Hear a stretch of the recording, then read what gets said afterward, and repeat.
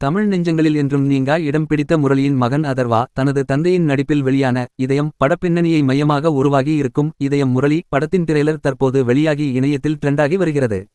ஆகாஷ் பாஸ்கரன் இயக்கத்தில் அதர்வா மற்றும் கயாடு லோஹர் ஜோடி சேர்ந்துள்ள இத்திரைப்படம் வரும் ஜூலை 10ஆம் தேதி திரையரங்குகளில் வெளியாகவுள்ளது.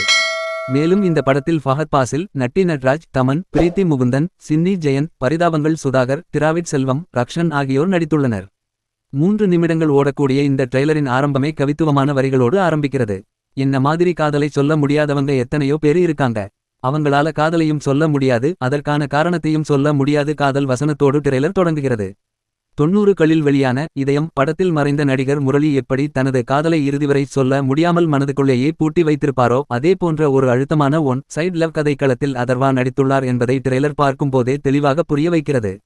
பானா காத்தாடி படம் மூலம் அறிமுகமாகி பரதேசி, சண்டிவீரன் மற்றும் கடந்த ஆண்டு சுதா கொங்குராய் இயக்கத்தில் வெளியாகி சூப்பர் ஹிட்டான பராசக்தி படம் வரை தன் அசாத்திய நடிப்பால் மிரட்டிய அதர்வாவிற்கு இப்படம் அதர்வாவிற்கு பெயர் சொல்லும் படமாக இருக்கும். இதயம் முரளி திரைப்படத்தின் தமிழ்நாட்டு விநியோகத்தை பிரபல தயாரிப்பு நிறுவனமான ரெட் ஜெயண்ட் மூவிஸ் நிறுவனம் கைப்பற்றியுள்ளது. டான் பிக்சர்ஸ் நிறுவனம் சார்பாக தயாரிப்பாளர் ஆகாஷ் பாஸ்கரன் தயாரித்துள்ளார். இப்படத்திற்கு முன்னணி இசையமைப்பாளர் தமன் இசையமைத்துள்ளார்.